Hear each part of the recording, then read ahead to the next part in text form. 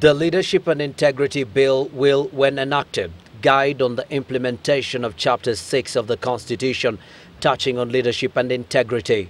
It deals with everything from wealth declaration by public officials to the vetting of candidates seeking public office.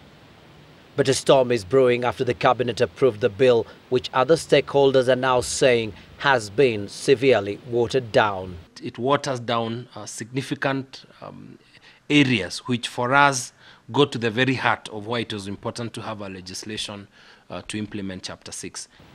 Transparency International has also warned that the proposed legislation in its current state cannot achieve the desired results of only ensuring that credible leaders are elected. The Constitution Implementation Commission says this is a matter that requires urgent attention if the next elections are to be considered credible.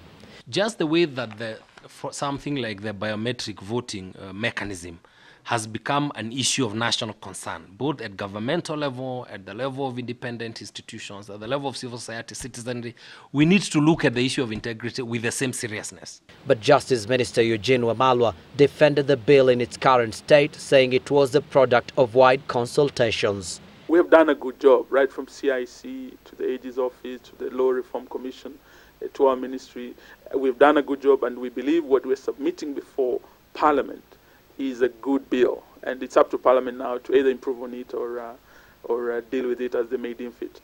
In the new draft, the public can no longer actively participate in the vetting of candidates, unlike the earlier one, which clearly gave such leeway by stating in Section 69 that, quote, upon receipt of the application under subsection 1, the Commission shall invite the public and public entities to make representations on whether the applicant complies with Chapter 6 of the Constitution and this Act, unquote. Of concern to the CIC and the other bodies is the reduced role of the Ethics and Anti-Corruption Commission, which is no longer an integral part of the vetting process. The bill provided for the criteria to be published, so that again we are not relying on which hand, everybody saying X does not comply or complies. The earlier version, which was approved by the CIC, had in Part 7, Section 69 clearly stated that any person seeking public office would have to get a certificate of compliance from the Ethics and Anti-Corruption Commission. But in the new draft, Section 69 is about the establishment of the Kenya Leadership and Integrity Forum, unlike the earlier version of Certificate of Compliance with Chapter 6 of the Constitution. In the latest draft, the EACC's role is largely in the background, as outlined in Section 73.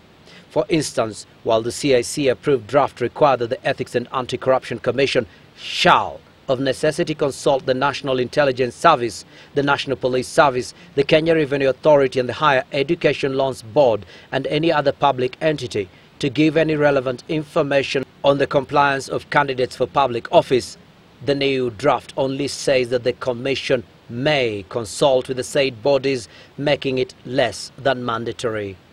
The CIC says MPs must stand up and ensure the bill is potent enough.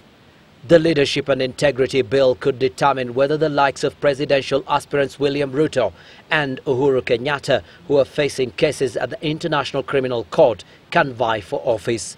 But the CIC says the legislation is broader in scope. All eyes are now on Parliament, which is expected to debate and make any necessary amendments on the bill.